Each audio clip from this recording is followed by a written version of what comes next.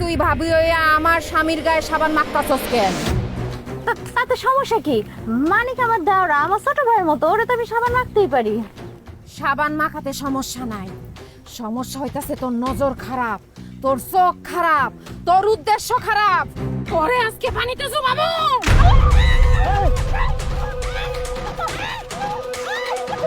কাজল কি করতেছো?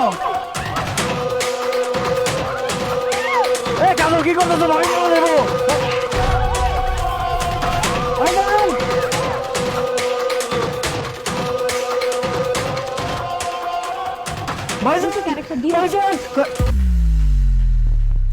কাজল, তুমি এখানে?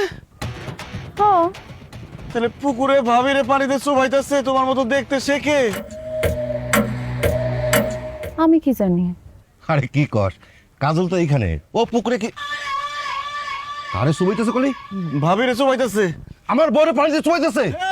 কার এত বড় সাহস? তত দেই, আয় তাড়াতাড়ি আসো। কে চুবাইতাছে? বাইরে আসো, ওই যে দেখো, দেখো ভাবির কি অবস্থা।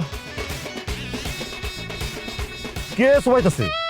ও তো নিজে নিজেই পানিতে ডুব দিতেছে। আয় নাসিমা, তুমি নিজে নিজে পানিতে ডুব দিচ্ছ কেন? আমি নিজে নিজে ডুব দেবো কেন? মানিকের বউ কাজল আমার ডুবাই পানিতে মারতেছে। আরে কি উল্টা পাল্টা কথা বলতেছো? মানিকের বউ তোমার চুবাবে কেমনে? হ্যাঁ, এই যে কাজল এতক্ষণ রান্না করে রুটি বানাচ্ছিল, আমি সেই রুটি খাইতেছিলাম। আমি সত্যি কইতেছি, তখন হয় আমার চুবাইতেছিল। ভাবি কি যে বলেন না, আমি আপনারে কেন চুমামু? আমি তো রান্না বান্না করতেছিলাম। আর আমি চুপাইলে দেখেন না আমার জামা কাপড় ভিজা থাকতো না, আমার তো সবই শুকনা। ভাইজান এটা কি হইতেছে? আমি তো কিছুই বুঝতেছি না। বুঝিস নাই?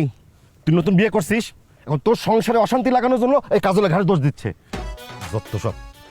কাজল, তুমি কিছু মনে করো না। মানে তুই কাজল এনে বাড়িতে যা, আমি ওর নিয়ে আসতেছি। হ্যাঁ, ওঠো, আসো। আমি কি দেখলাম? হ্যাঁ, আসো, ওঠো, ওঠো। আল্লাহ তো ফিরে আনছে, আল্লাহ মাফ করছে। বিশ্বাস করেন, আমি নিজে চোখে দেখছি ওই কাজল আমার পানিতে চুবাইছে। আম্মা, মারে, আমিও তো নিজের চোখে দেখছি ওই কাজল আমার মুখের মধ্যে গরম চা মারছে। কিন্তু মা, কাজল যখন তোমার মুখে চা মারছে তখন তো কাজল আমার সাথে ছিল। আবার যখন কাজল ভাবিরে পুকুরে নিয়ে চুবাইতেছিল তখন কিন্তু আমি নিজের চোখে দেখছি কাজল বড় ভাইরে রুটি বানাই খাওয়াইতেছিল। কাজল একজন মানুষ হইয়া একই সময়ে দুই জায়গায় কিভাবে থাকবে? আমার মনে হয় তোমাদের কোনো ভুল হইতেছে। মানিক রে, আমাকে কোন রকম কোনো ভুল হইতেছে না। ভুল লাগে, ভূত আছে। ও বাবা, কত কইছি আমি তোমার বউয়ের ভয়ঙ্কর রূপ দেখে ফেলাইছি, ওর মধ্যে ভূত আছে। এই চুপ করো বোমা, দুনিয়াতে ভূত পেতনি বলে কোনো কিছুই নাই। আমার এত বছর বয়স হয়েছে, আমি রাত বিরাতে কত জায়গায় যাই, কত জায়গায় থাকি, আমি তো কোনোদিন ভূত পেতনি দেখলাম না। এগুলো সব তোমাকে মনের ভয়। আব্বা কিন্তু ঠিক কথাই কইছে, আরে ভূত বলতে কোনো কিছু নাই। আমি আজকে সকালে কাজলের সাথে অনেক কথা কইছি, আমার তো মনে হয় না যে কাজলের সাথে ভূত আছে। তুমি চুপ থাকো। ভূত না থাকলে আমার ওইভাবে পানিতে চুবাইলো কেন? হ্যাঁ, আর আমার বুকের মধ্যে গরম চা মারলো কেন? তোর বল লাগে ঠিকই ভূত আছে, আমি শিওর। ওরে আল্লাহ, আব্বা মা ভাবি এসব কি বলতেছে? তাহলে কি আমি জিন ভূতের সাথে সংসার করতেছি নাকি? এই চুপ কর তো, মাইয়া মানুষ একটা কথা কইছে আর সেটা নিয়ে তুই সেটার পিছে পড়ে গেছ। ভূত পেতনি বইলা কোনো কিছু নাই। দাঁড়া, আমি এখনই তো করে প্রমাণ করে দিতেছি। বৌমা, এই বৌমা, ছোট বৌমা, এদিকে আসো। আব্বা আমারে ডাকছেন? হ্যাঁ, ডাকছি। বৌমা, তুমি সত্য করে একটা কথা বলবা, তোমার একটা কথা জিজ্ঞেস করতেছি আমি এখন, সেটার সত্য জবাব দিবা। তোমার সাথে কি ভূত পেতনি আছে? ও আল্লাহ গো, আল্লাহর দোহাই লাগে আব্বা, এই ধরনের কোনো কথা কোয়েন না। আমার লোকে ভূত আছে মানে? এই দুনিয়ায় সবচেয়ে বেশি আমি একটা জিনিসটা ভয় পাই, সেটা হচ্ছে ভূত। আমার লোকে যদি ভূত থাকতো তো ভয়ই তো আমি মরে যেতাম। আমার সাথে কোনো ভূত ট্রুত নাই। এই যে পাইছো, প্রমাণ পাইছো যে ছোট বৌমার সাথে কোনো ভূত পেতনি নাই। বৌমা, ভয় পাইবা না।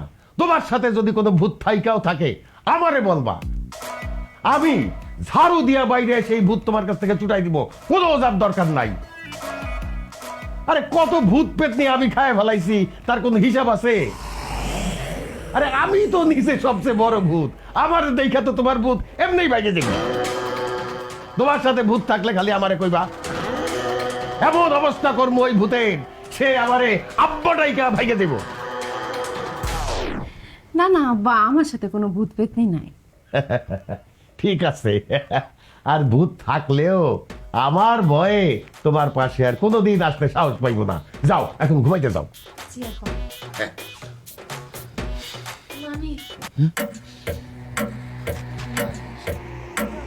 এই, এত কথা কি? বলছি না ভূত বইলা কিছু নাই, ভূত পেটনি কিচ্ছু নাই দুনিয়াতে, সব মানুষের ভয়। যাও ঘুমাইতে যাও, যাও।